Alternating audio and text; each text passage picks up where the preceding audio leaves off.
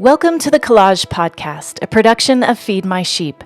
Feed My Sheep is a nonprofit in Temple, Texas that has a goal of feeding people that are hungry physically, spiritually, and emotionally. In this podcast, we discuss Scripture, and our hope is that you would be fed spiritually through the reading and discussing of His Word. We're glad you're here.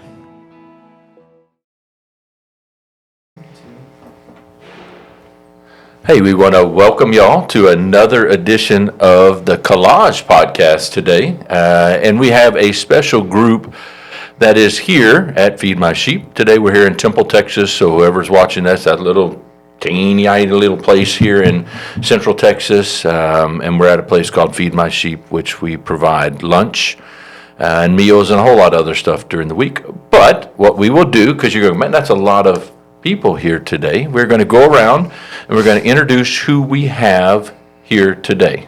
So however we want to start, we'll start with Shannon here. We've known each other for a long time. So I'm Shannon, and pastor at Temple Bible Church, and our college ministry is Sea Life, and started bringing students down here probably, maybe about 8 years ago, something like that, 8 to 10 years ago. Yeah. I could have almost, like in my college experience, almost been a part of your youth group, because I was part in my college experience was D Life. So like I got D's, so D's were for diploma, so that was my life's experience in college. C Life, I would have been like, I might be a part of that group. So we've never really been successful at A Life. It's all been C Life, D Life, F Life. Whoa. Hey, sorry. A step too far. For all the complaints, we're going to email Shannon at Temple Bible Church. We don't use that kind of language around here, please. I'm just kidding. Okay, and yes, here we go. I'm Maddie. I'm from the Austin area, and I go to Temple Bible Church, and I'm a leader there. Nice. My name's Chloe, and I'm from the Dallas area, and I'm also at Temple Bible Church. My name is Creed. I'm from Bastrop, Texas. I'm one of the leaders at Temple Bible Church and also one of the college interns. Very nice. And I'm Liam, and I'm from Belton, and I'm also a leader at Temple Bible Church. Okay, so that kind of gets us caught up to where we are and what we're doing. So we got Apollo. I would call him, that's Apollo Creed. So right there. And Diamond over here. And so we will go from there. But the discussion here, you cannot miss an opportunity to have a group of younger people. So I'm going to say that phrase because I'm old, because I don't mean anything rude by it, but we got a group of younger people that have come here in our environment and kind of seen our world. In our world, you would say we have a lot of unhoused people. We have a lot of people that are having very difficult life experience at this juncture. A lot of people that are going through a lot of what society is now looking at, which is a topic of unhoused and addiction and some things that this world has. So tell me, why in the world are we here today? I understand that you're here to serve a meal, but tell me, why in the world did you come today? I think for me, it's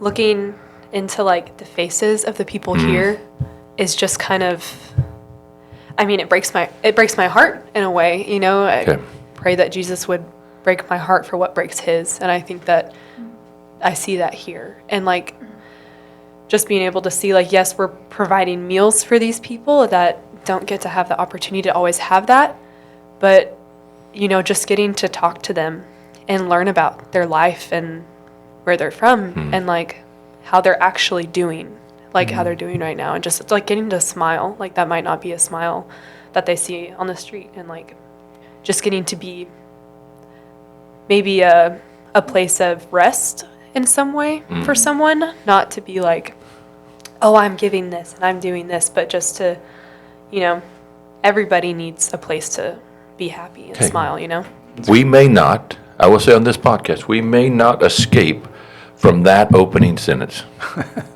Okay, so that right there. And so you would go, golly, I came, and this is what we did. There's a physical, biblical stuff, and I was hungry, and you fed me. We can't escape that truth that occurs.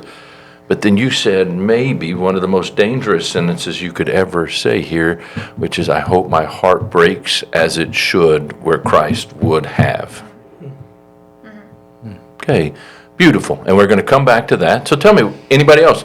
And I'm great start. There's not a bad place because everybody had a different. Why in the world did you come, and what did you? Okay, why did you come, and what did you expect to see? For me, I was reading recently. I think, of course, just like my immediate answer is like service and obedience. But something I've learned, like biblically, is in one of the Gospels, Jesus and Peter are talking, and Jesus asks Peter like 3 times. He says, "Do you love me?" And Peter says, "Yes, I love you. I love you, Lord." And then he asks again and again, and by the last time, Peter is like grieved by this, almost like, "Why are you asking me so many times if I love you? Like, I love you, Lord." And then Jesus' response is, "Feed my sheep." And then he goes on to say, like, just like tending to the needs of his people. And the more that I have like read the Bible and kind of grown in my like understanding of Christianity, I've really been asking the Lord the question, like, what delights your heart? Like, how do I faithfully follow?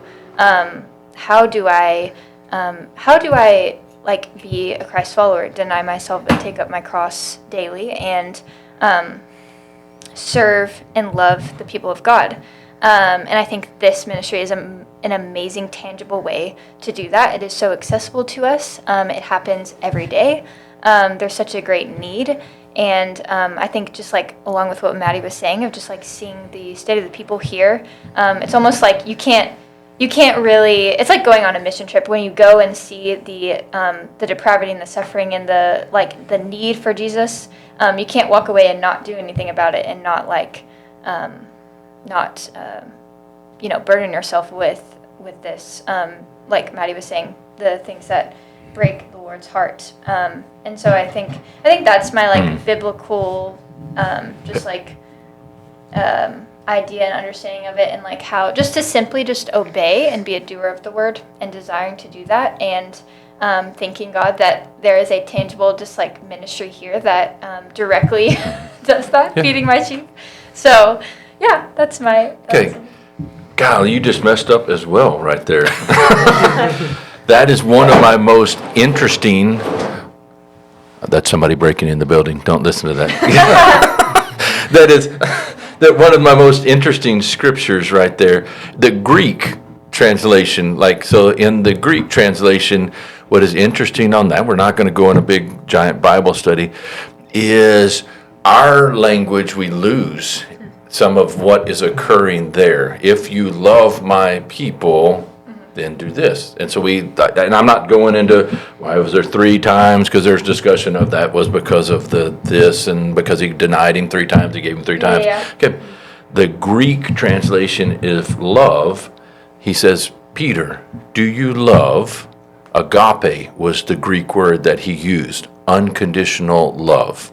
Do you love?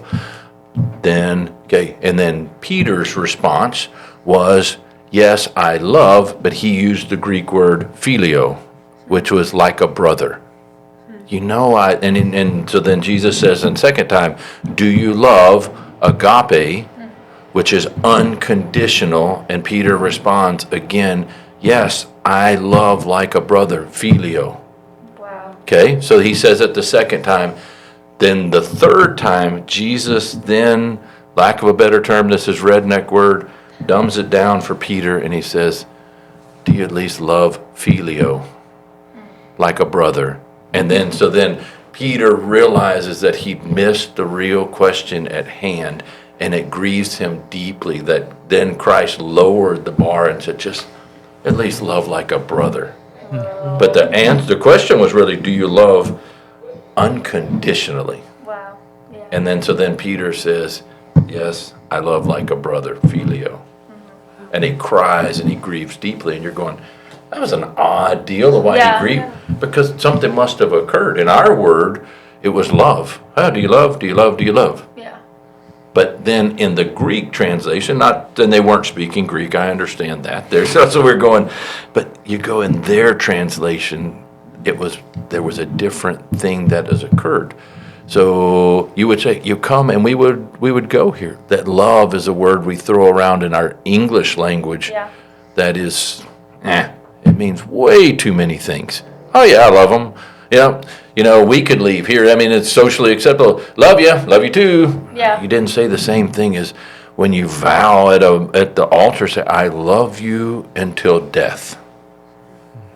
That is a very different word than love you. Okay, and so you go, okay, if I was, you got some of your different comedic stuff. If somebody you have in a relationship and you go, you know what? I think I love you dearly. And you said that to your girlfriend or your significant other. It's a big moment. And they respond with, cool.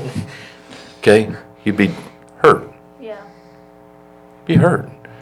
And then, or if they said even this, that's a right answer. Love you too. You'd be hurt.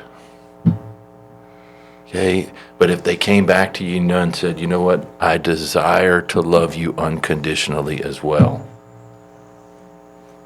And you'd go, that's the question.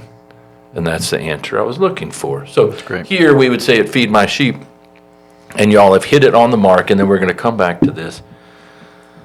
If somebody comes here, we need all kind of volunteers. If somebody comes here and they go, love doing that. The sandwiches were really cool. And we did a great job, and we made 117 peanut butter and jelly sandwiches, and it was awesome. And I'd go, man, I appreciate that. I think you might have missed what was going on here. Okay, great start to this. And I would say on this, Shannon, how does it make your heart feel? Because remember the Titans 101, character reflects leadership. So how does it make your heart feel to hear their answers that I would say spot on of why they're here as a leader? Oh, it feels great. Yeah, I think when I started bringing students down, frankly, we weren't doing anything like that, and that was very convicting to read some of the very passages you guys were alluding to, and to realize this is what Jesus commands, and yet I had not really ordered my affections in terms of obedience as a leader. And so I began to realize, how are they ever going to wrap their heart around these things if I don't at least provide the opportunity? So this is simply obedience to say we've got to at least put this in front of them.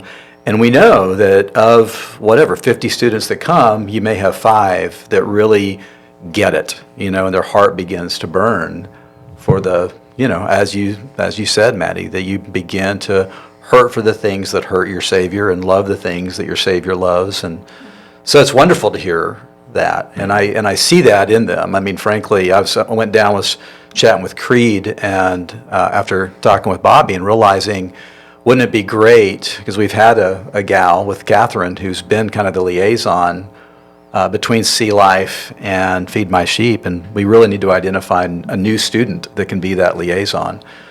So prayerfully thinking through who would that student be that could begin on an even more regular basis, introducing other students to, coming down and being a part of this. But no, it's wonderful. It is. Yeah. Okay, so let me ask you, because an old person like me, so we're sitting here, and we would look, and y'all are college age. And we would say traditional college age, because there's a lot of college age people that are going back in life, but y'all are, in the lack of a better term, in that 18 to 25 year range. Okay, so just to kind of give because some people are listening to this, so they'd understand what we're talking to. So an old person like me would look at your generation and to go, they're the ones that are going to change this world. Okay, so like that, and in it, that would say, then there's a question in that there must be something wrong with this world. Let me ask you, when you look at the world we're in right now, okay, Tell me what you see. Is it a good world? Is it a bad world? Is it a happy world? Is it a sad world? Tell me about the world, not just this world that you saw, but as your age. When you look at the world, I would say, man, I look at a world that is just absolutely in a whole lot of turmoil and is a very difficult place right now. I could be missing the mark completely. But tell me, when you see the world, tell me what you see. I personally, I think the big part of what has happened in the world that has led to a lot of problems is the concept of looking at oneself. When somebody asked Jesus, what do I need to get into heaven? And it said, love me and love others. He left out completely love yourself. And so whenever you start to think about yourself, greed, selfishness, all of those kind of things start to accompany it. And I think that, so often, we have cameras on our phones. We have mirrors in our pockets, basically. And so I think that's led to a lot of issues, in my personal opinion, and in my life and in my testimony.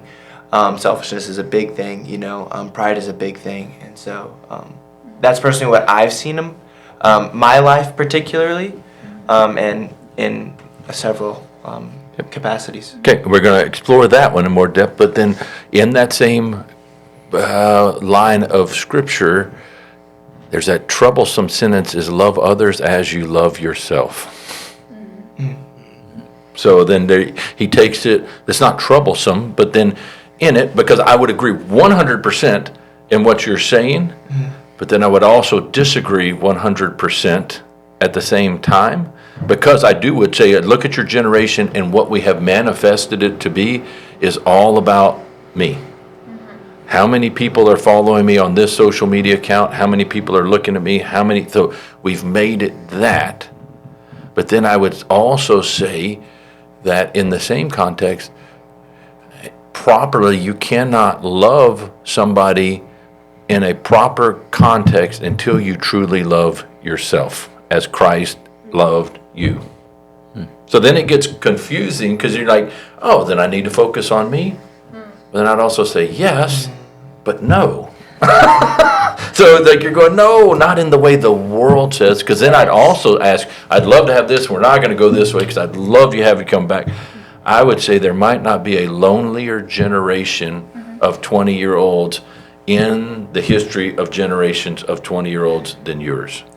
And then I would also say that your group would say, we are the most interconnected group of people that this world has ever seen. How can those two things coexist in the same sentence?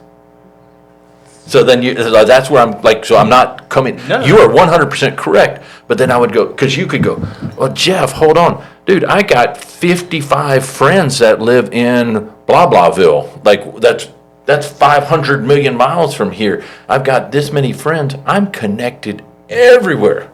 Everybody looks at me, but then all of y'all simultaneously at the same time said, has there ever been a lonelier generation or more isolated group of individual people that our country's ever had? And y'all all at the same time said, we are that.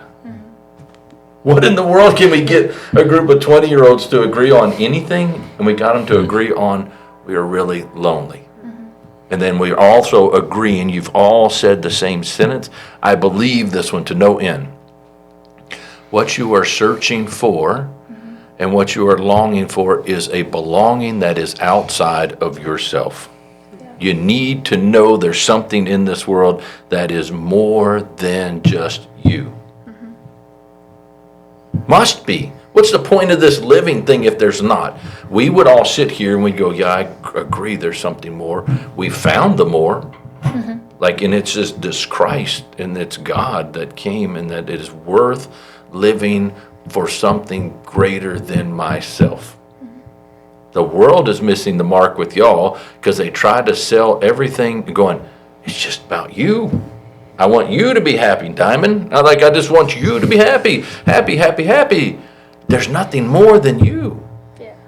And then we get swallowed up, and then every now and then when you can come to a place like this, and there's plenty of other places. I'm not selling this place.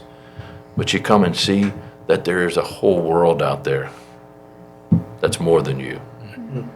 And you go, I want more of that. I think we're doing a disservice as old people. Maybe not church. Shannon's doing a great job. You're here.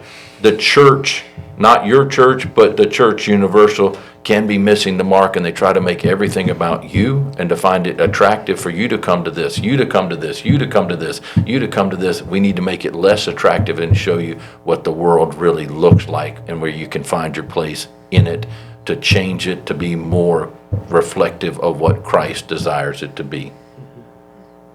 Okay, now with that, I'll go away on that tirade. Okay, so tell me about your experience so far today. You're not speaking on, okay, you're going out on a podcast that goes all around the country, and I'm going to ask you, tell me about this situation. We live in a civilized society. You have just met a good number of young ladies that will be trafficked today in a world and be used for goods that are absolutely horrible.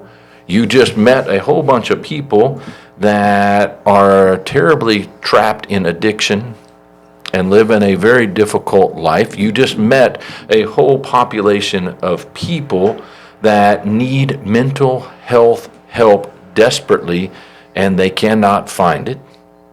And you met a whole bunch of people that have no place to stay tonight because there is not a place to stay inside for, this is fact. In Temple, there is not a place to stay inside tonight with a roof over your head, and we live in a civilized society that should not be. Agreed? What are we going to do? Be more specific. What are you asking? What are we going to How do? do we solve that? Did you tell me, as a young person, how do we change this? Or how did we get here? Or is that all right? There's going to be a certain population in that. So out of that, you see these things and you say, hey, I want the brokenheartedness of Christ. So then these are we see. Then what do we see out of that? Are we going to change sex trafficking today because we serve lasagna? Well, not at all. We're not naive on that. Are we going to solve the issue of unhoused in the United States out of this lunch? Not at all. So then what do we do with what we've seen and what we've experienced, and how do we move forward with that? I think it has to be like a change in our mindset. I think a lot of times that everyone wants to do missions and everyone is excited to go do missions, but a lot of times I think we find missions overseas really attractive. Like, it's really cool to get to say, oh, I went overseas and served here and helped these people. But I think it is not as attractive to come to a place like this and serve on a daily basis helping these people. And so I think a lot of times what needs to happen is we need to have a shift in our mindset. There's a really cheesy Casting Crowns song called Starts Right Here, something like that. But it says, in the song, it says, like, we keep our missions overseas, but for the hurting in our cities, would we even cross the street? And I think a lot of times it's really easy for us to be able to go somewhere overseas and serve there and get to experience a new place and help people there. But, I mean, how often do we as a college ministry come here? Right? Like, are we as a college ministry coming every week? How many other college ministries are going to places like this and serving on a weekly basis? Yeah. And like, I don't know if it was you who said it earlier, but someone was saying that this lunch could run with 3 people here. Y'all could make it happen with 3 people, but you can't expand with just 3 people. You can't open a homeless shelter to house people indoors with just 3 people. There needs to be more involvement from the community, and the community needs to see the need more than they currently do. Okay. And that's the issue. Good. Let me ask you this question, because you said a word I really love. Tell me who is the community?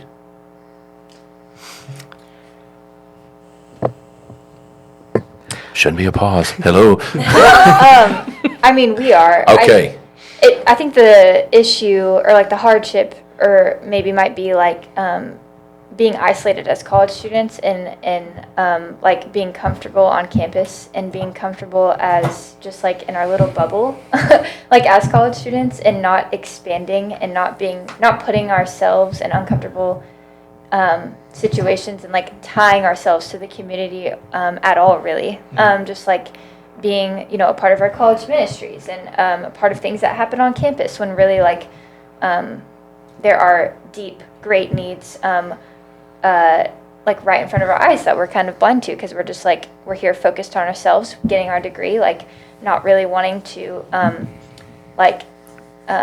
allow our heart to break for what's going on around us because we're just kind of like sheltered. And but I think to your point, Liam, I really liked what you said. I think like the idea of missions and like serving your community and meeting the needs like around you, it's like a humbling thing. Like I think a lot of times we want the eye service of like going to another country or like doing something big that people might be impressed with. And I think it's a humility thing of like I mean, I think there is a huge need to reach the unreached of the world, and I think that's something that should be just as heartbreaking and sobering. And I think there's a need there, and I think that should not be ignored.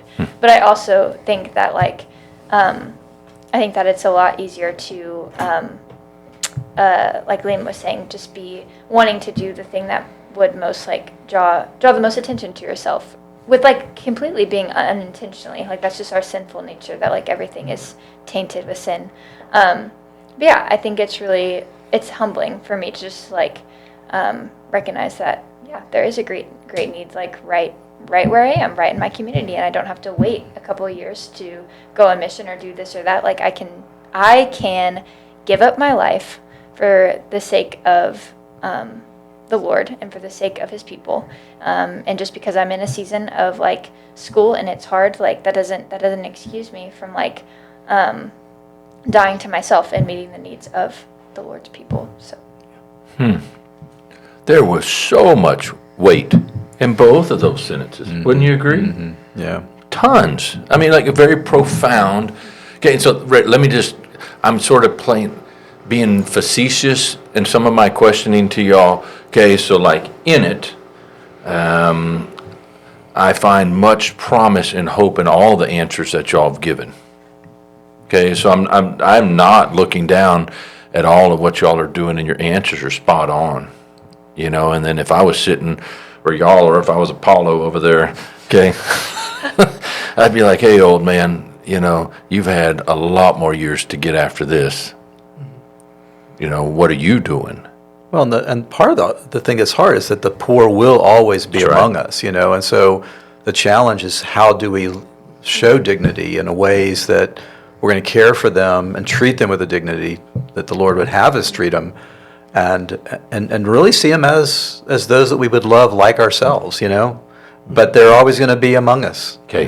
So I'm not going to solve the problem, That's you know. right. So like Shannon's spot on, solid right there. Everything was, okay, guess what? Today we are not, we're not going to solve the issue of the unhoused, for poverty level, for the social implications of government funding for some of this stuff. We're not going to solve these things.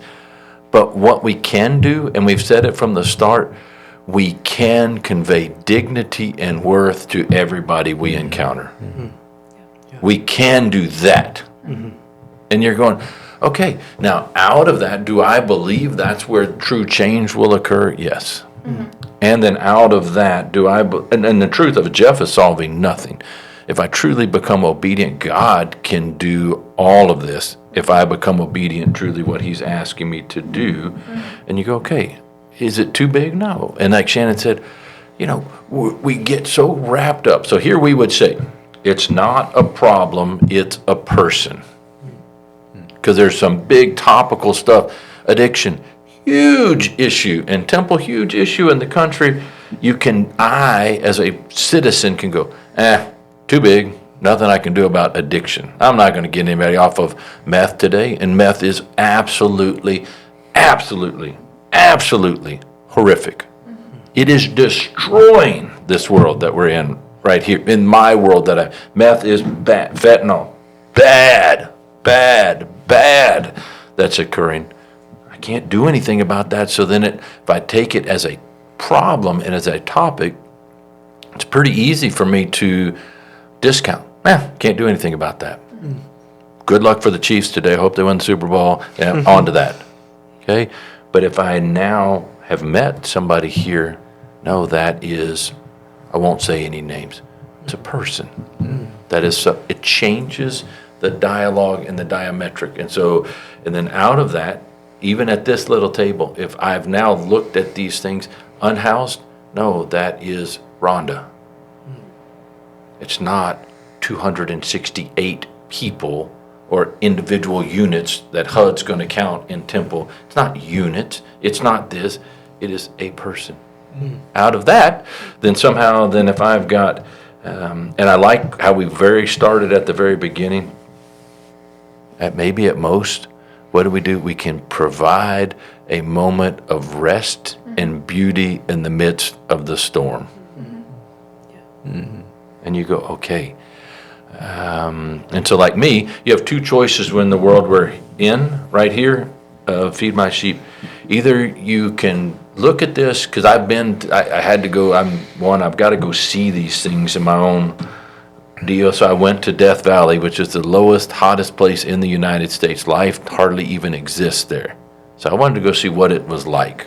So I went, took a youth group, long time. That's where Shannon and I, like just for back in history, Shannon and I have known each other for a long time, because we were in the youth ministry world way back when. Well, even before that, you were a soccer coach, and I'll never forget the game where you had your 6-year-olds or 7-year-olds constantly getting us to be penalized because we were offsides. You kept trolling us into offsides 3 different times. I'm like, who is that guy?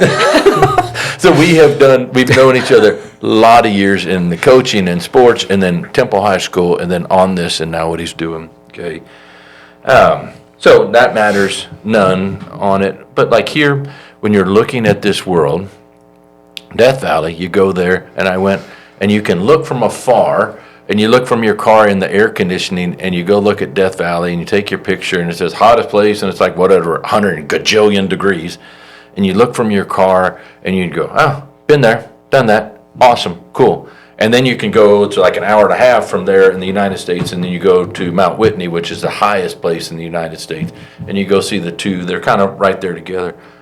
I would tell you that when you take the time to go look in a desert, there's absolute beauty. When you walk out in the desert, there is things that survive and thrive and live. And then what's cool, if you happen to be in the desert, like if you're out in Fort Stockton in Texas and the Chisos Mountains out there, if they just get a tiny bit of rain and you go look and there's flowers and there's beauty, they were there. And then so I'm going, you have so many people that miss the beauty that's going, it's harder to see there because you really got to take your time and look. And you got to go out in the desert and experience it and to go, even climbing, like if you ever go back, I like to backpack. And so like when you get above the oxygen level, so 14,000 feet is the highest we got in the United States, which isn't doodly in the whole mountain world. But, so been on really high mountains. And so when you get to the top of these mountains, there shouldn't be anything existing. There should be no life occurring there. And then at the top of the Colorado Mountains, I'll mark it. You can mark this down. You go, whatever. I think Mount Elbert's the tallest you got in Colorado. Whitney's the tallest in the United States. Okay, you go up there, and there's this teensy little white flower that grows at the top of the mountain that you'd go, that was worth the walk to come up here and see how intricately put together this beautiful little flower is, and it survives where it should not. It's beautiful. It's beautiful. And so for me, they'd say, Jeff, tell me what you see here. And I said, it's a desert. And they'd go, oh, that's horrible. Yep, you're right. Everything dies there. No. I'd say there's beauty, and all it needs is water for it to grow. And then so we would come back to, where does Jesus ever use the metaphor of water? The lady at the well. So drink of this water, and you're gonna be thirsty again. But drink of this, and you shall thirst no more. Beautiful life comes And so like here, to get to the more important truth of what we're discussing, is that bottled water we gave today, which for the record, you're going to help me vote. I think we need to stop serving bottled water because it's terrible for the environment. I think we're going to be done with that. What are you going to do? We're just going to give cups of recyclable cups out of water, and we'll have coolers, and it's far better message what we could do. Bottle And bottles. Yeah, that's a great idea. so, yeah, we're going to vote, and so now officially, the TBC group is going to be the one responsible for getting the bottled water here to Feed My Sheep. Okay, but so then I would say here, and tell me if you agree with this, the real thing in our job is the sandwiches are sort of the byproduct of the water that we can help share, which is Christ.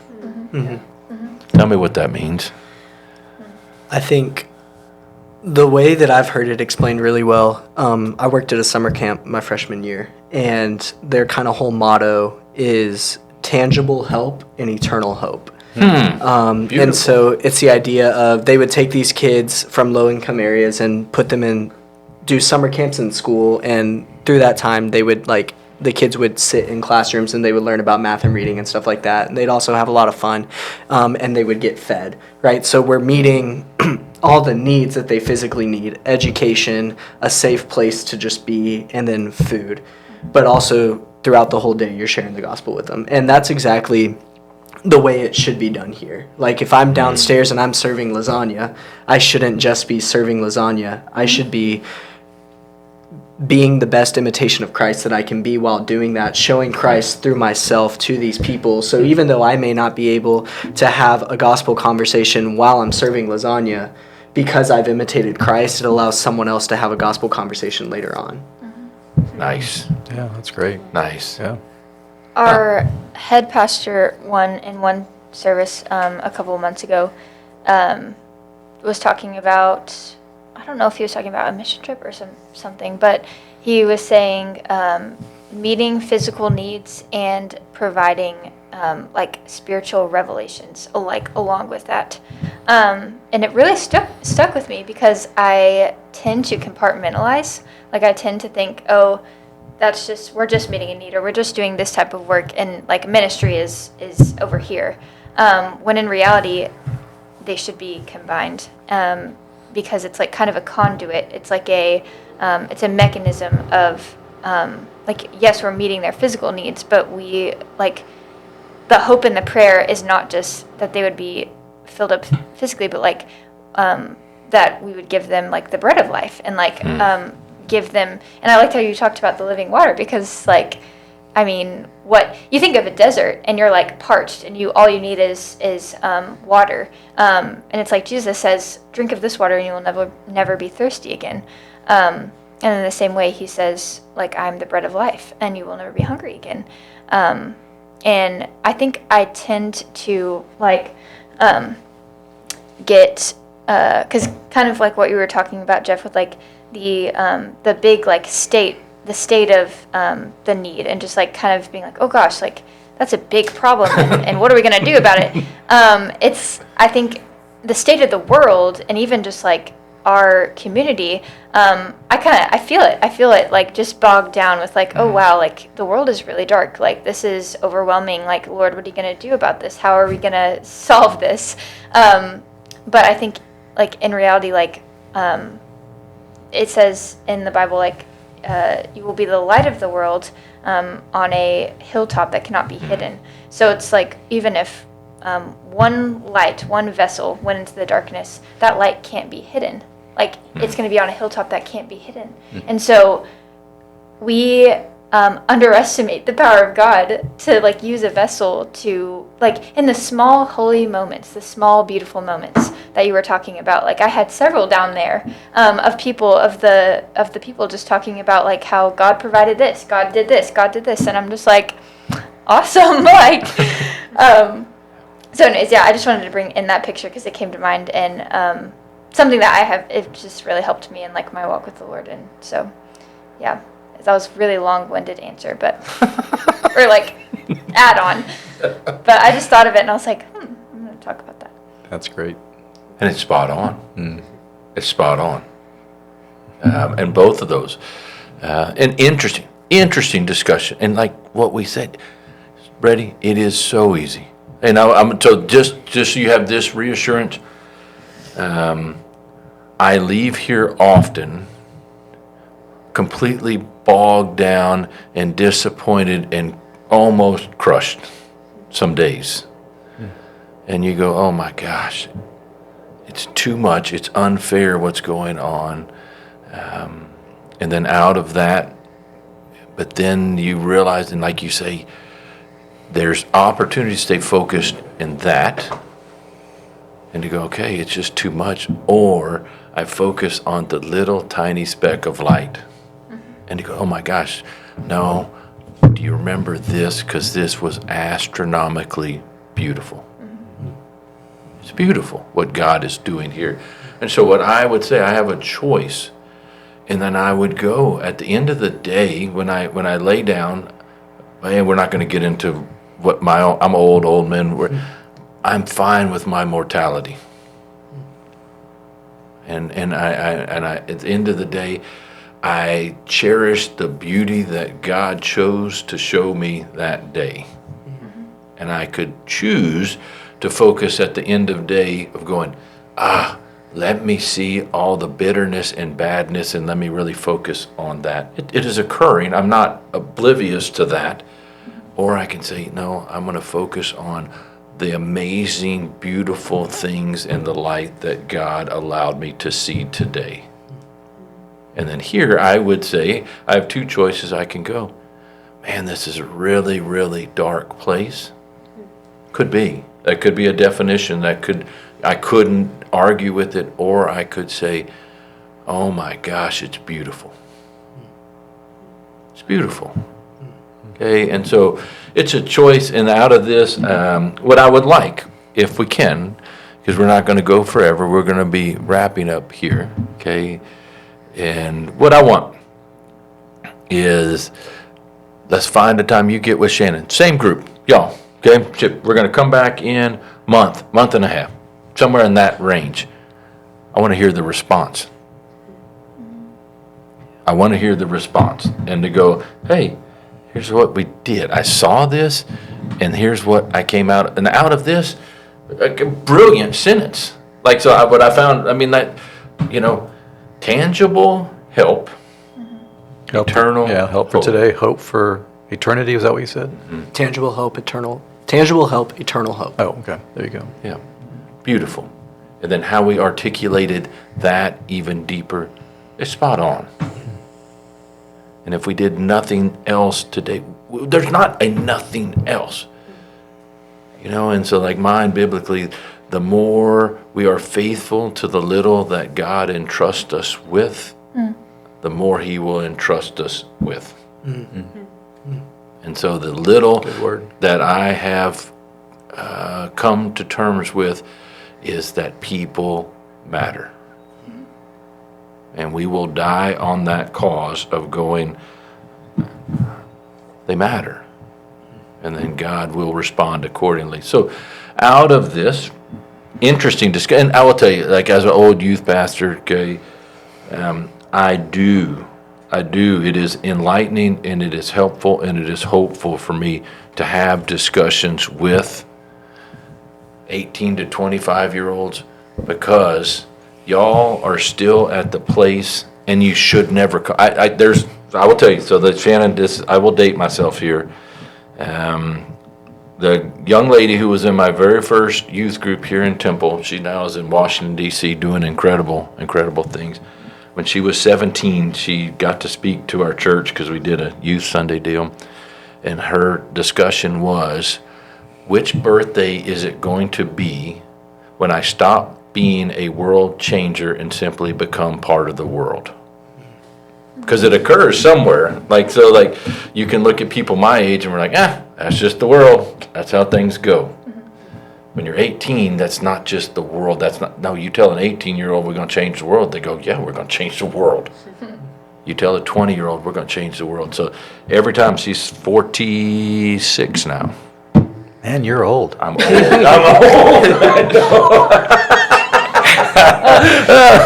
That means I'm old too. He is old too, so he can say it fair game. She's 46. And if I see her, that she's calling me or texting me, first thing she's going to say to me is, Jeff, have you had the birthday yet? And I'll say, Erin, I really don't think I have. And I said, Erin, have you had the birthday yet? Oh, hey, Erin, what's up? and she will say, no, I have not had the birthday yet.